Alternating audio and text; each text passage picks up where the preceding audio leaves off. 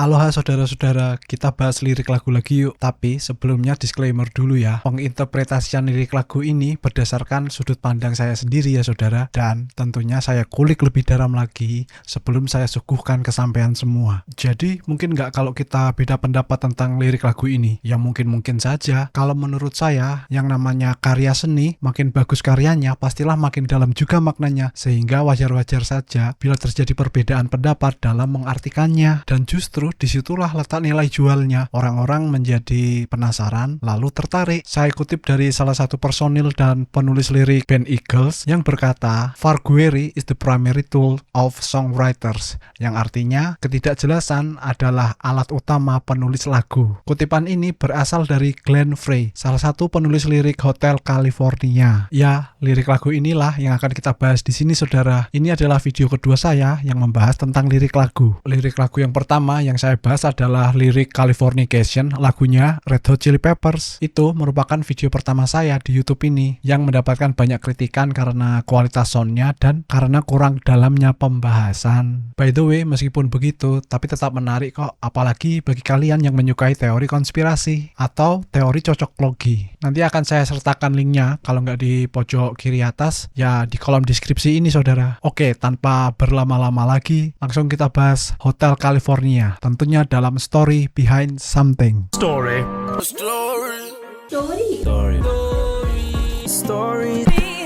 behind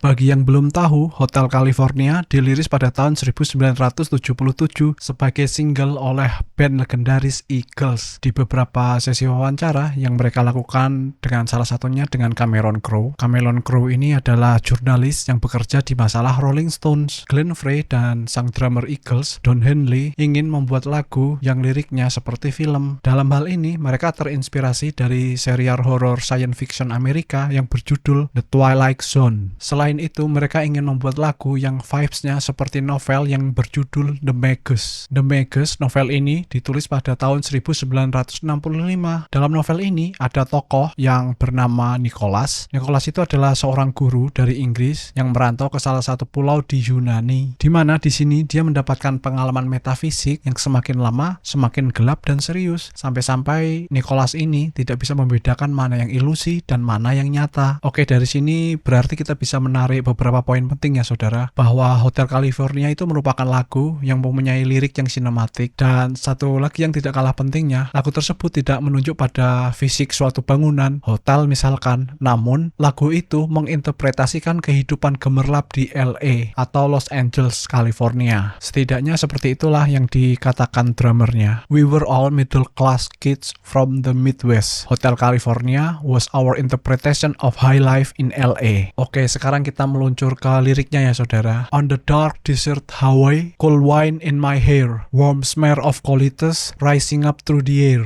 Up ahead in the distance, I saw simmering light. My head grew heavy and my sight grew dim. I had to stop for the night." Oke, pada penggalan lirik tersebut saya kutip dari salah satu wawancara penulisnya, Don Feather, di acara The Big Interview. Dia menyebutkan bahwa penggalan lirik itu menggambarkan perjalanan mereka menuju ke gemerlapnya kehidupan Los Angeles, California. Kita garis bawahi pada bagian simmering light ini saudara. Ini mewakili gemerlapnya kehidupan di LA, California atau di Hollywood. Nah, di perjalanan menuju ke sana kita diajak untuk merasakan apa yang dirasakan oleh penulis. Mulai dari on the dark desert highway, kita bisa melihat cool wine in my hair, kita bisa merasakan warm smell of colitis, kita bisa menciumnya. Lalu kita menuju ke penggalan lirik berikutnya ya. "There she stood in the doorway, I heard the mission bell, and I was thinking to myself, this could be heaven or this could be hell. Then she lit up a candle and she showed me the way. There were voices down the corridor, I thought I heard them say." Oke, pada penggalan lirik yang baru saja saya bacakan, pada kalimat I heard the mission bell, berarti kita bisa mendengar pada bagian ini. Ini sekaligus menggenapi penggalan lirik yang pertama tadi, mulai dari indera penglihat, indera perasa, penciuman, dan akhirnya indera pendengaran. Nah, terus pada bagian this this could be heaven or this could be hell. Yang kalau ditranslatekan artinya ini bisa jadi surga atau jadi neraka. Di sini menunjukkan bahwa ketika kita sudah sampai di Los Angeles, California, tempat yang kita singgahi ini sebenarnya surga atau neraka. Kita jadi ragu ya kan? Atau jangan-jangan ini cuma gemerlap semu belaka. Kemudian sampailah kita pada bagian yang menakutkan dari lirik ini. Ketika kita dituntun oleh sesosok wanita yang membawa lilin. Terus kita kan dibawanya untuk menyusuri koridor. Nah, di koridor ini kita mendengarkan suara yang cuma suara saja tanpa bisa melihat sosoknya. Bayangin aja saudara, ketika kalian jalan di koridor, penerangannya pun cuma pakai lilin. Itu pun bukan kalian yang bawa, tapi orang lain,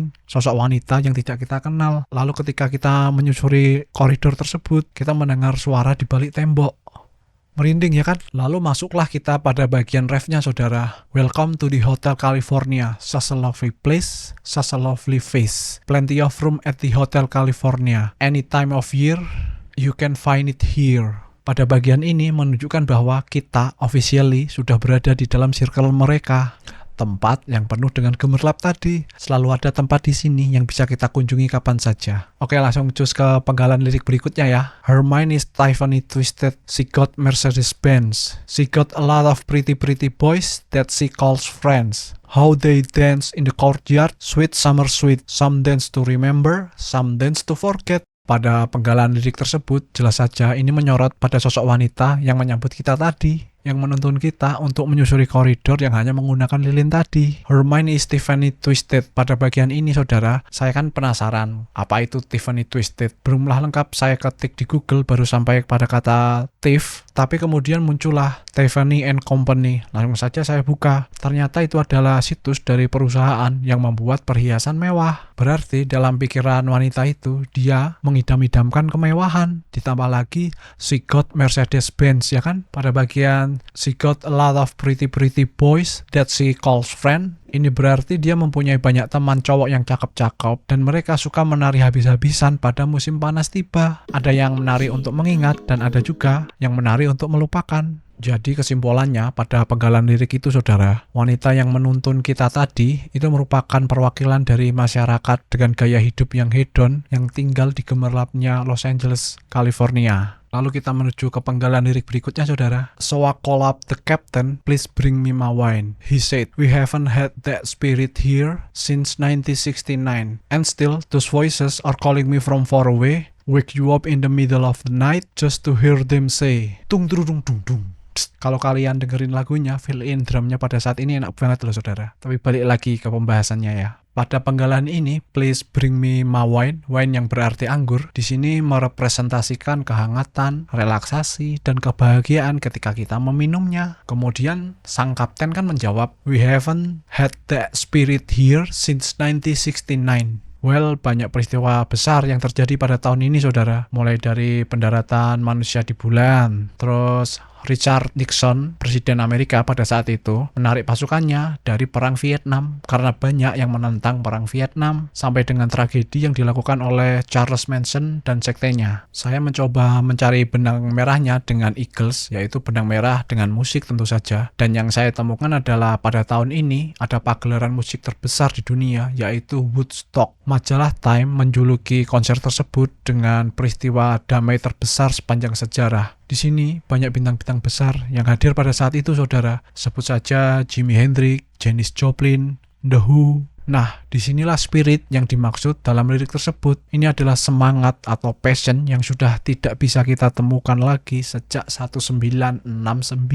Tidak ada passion yang bisa melebihi konser Woodstock ini saudara. Ini bukannya tanpa alasan, karena baik secara performance oleh para artis-artisnya, oleh para bintang-bintangnya, maupun kontroversi penonton-penontonnya. Mengingat pada zaman ini Woodstock merayakan free music, free love, and free spirit. Lalu kita menuju ke ref yang kedua saudara. Pada ref yang kedua ini hampir mirip dengan ref yang pertama, cuman di sini lebih menyeramkan lagi saudara. Kalau pada ref yang pertama tadi, suara yang terdengar itu kan ketika kita sedang menyusuri koridor. Nah, pada ref yang kedua ini, suara itu membangunkan kita di tengah malam ketika kita sedang tertidur. Makin serem ya kan? Oke, kemudian kita ke penggalan lirik berikutnya ya. Mirrors on the ceiling, the pink champagne on ice. And she said, we are all just prisoners here of our own device. and in the master's chambers they gather for the feast. They stab it with their stealing knives, but they just can't kill the beast. Tung trurung dung dung. Oh, tung trurung dung dungnya itu di sini saudara. Fill in yang enak tadi itu di sini.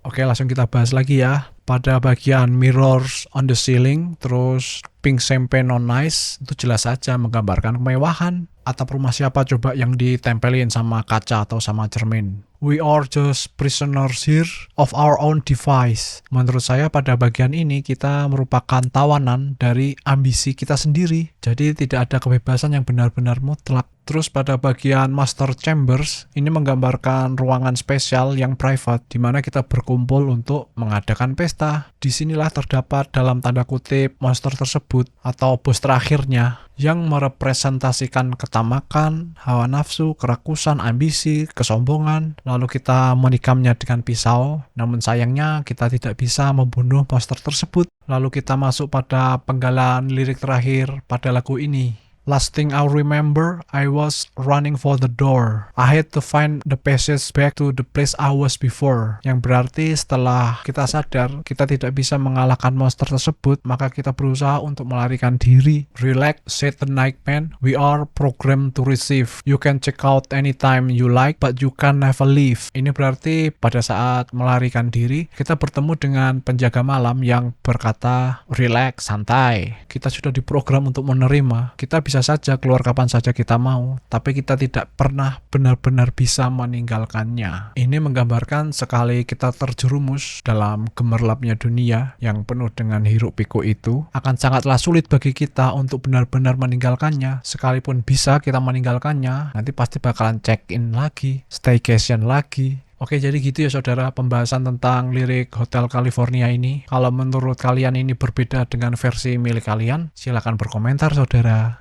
Di beberapa forum diskusi yang saya baca, ada yang menggambarkan lagu ini sebagai kisah percintaan, ada yang mengiranya tentang ketergantungan akan zat terlarang, ada juga yang memaknainya sebagai gambaran keadaan di neraka sana. Sekali lagi saudara, bermacam-macam pemaknaannya justru malah membuat lagu ini menjadi spesial. Mengingat lagu ini dibuat tahun 70-an loh, dan masih bagus bila diputar sampai sekarang di tahun 2025 saat video ini dibuat. Satu lagi saudara, ketika video ini dibuat di Los Angeles, California sedang terjadi kebakaran yang sangat besar. Saya turut prihatin atas musibah yang sedang menimpa LA ya saudara. Semoga masalah ini bisa cepat teratasi dan kita semua kembali beraktivitas. Oke, sekian dari saya. Nantikan video-video saya selanjutnya. Jangan lupa subscribe ya. See you.